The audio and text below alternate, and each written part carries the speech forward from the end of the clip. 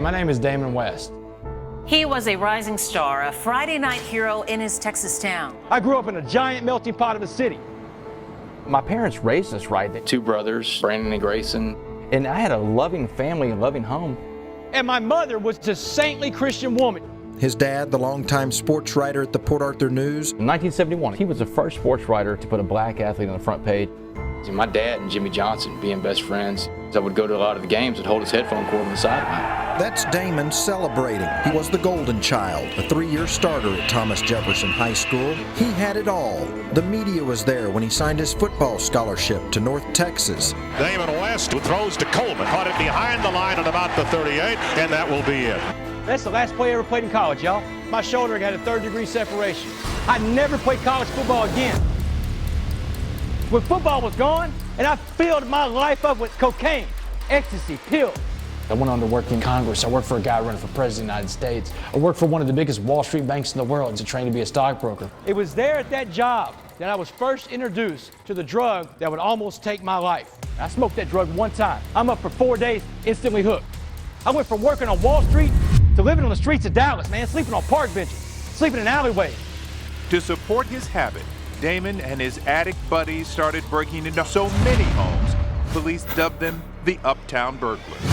But on July 30th, 2008, Flashbang grenade goes off in my face. A bright white light, loud noise, blows me back on the couch. and when I came to, there's a SWAT team officer. His foot on my chest. He's got the barrel of an AR-15 stuck in my eye socket. Don't move! Don't move! His other partner comes in screaming, we got it. We got the Uptown Burglar. Bam, bam, bam. Damon Joseph West, you are hereby sentenced to 65 years in prison. Inmate West, number 158-5689. I'll never forget that number, y'all. I remember hearing my mother gasp, and my dad can't talk. He's in stunned disbelief. So my mom did all the talking. She said, no gangs and no tattoos. She said, you come back as the man we raised, or don't you come back at all.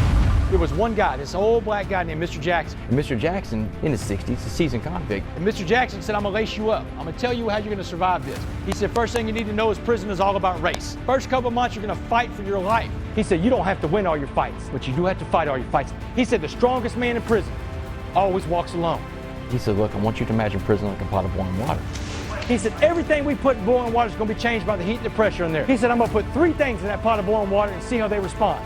He said, if I throw a carrot in a pot of boiling water and boil a carrot, what happens? He said, that carrot went in hard. That atmosphere in prison turned that carrot soft. He said, if I put an egg in a pot of boiling water, what happens to the egg? He said, that egg had that hard outer shell, that soft liquid inside. He said, but prison changed that egg. Now that inside is hard. He said, West, if I take the smallest of these 3 things and throw that coffee bean in that pot of boiling water, now you gotta change the name of the water to coffee. He said the coffee bean was the only thing that didn't let the atmosphere change it. It changed the atmosphere. He said, that's the only way you're gonna survive. And I had to fight all the white gangs off. The Aryan Brotherhood, Aryan Circle, White Knights, the Woods. Then they sent the Crips, the Bloods, the Mandingo Warriors, Gangster Disciples. I probably got in 36 fights while I was in prison. And I lost 75% of them, y'all. But I won by showing up. I'm walking back to the pod off the rec yard, getting ready to go take a shower. This little essay named Carlos pulls me aside. He says, Wes, you go shower today? Oh, boy's coming for you, man. This dude is coming to rape me. How are you going to respond? I do everything he tells me to like a T. He pops that door open, I see that knife come through, and I rear back and I screamed, and I hit this dude with everything I had. This dude shot out of that shower like, boom!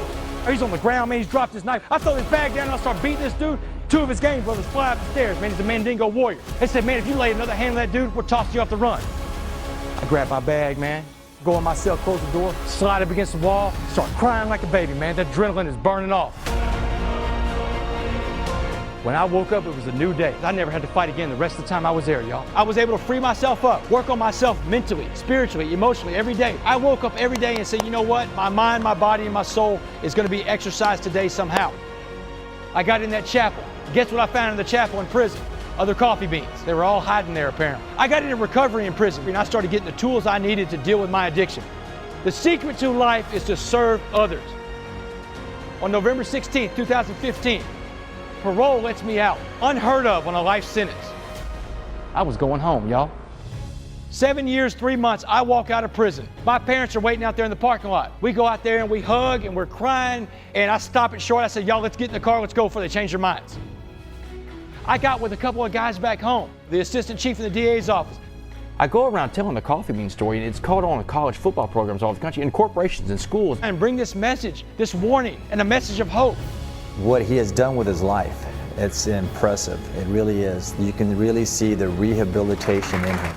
This is what he wants to say. Say yes! Say yes! Life is going to knock you down. Life's going to hit you with something. You're going to have to make a choice. How do you get back up and respond? I've got a call to action for you, and that call to action is to go out and be a coffee bean.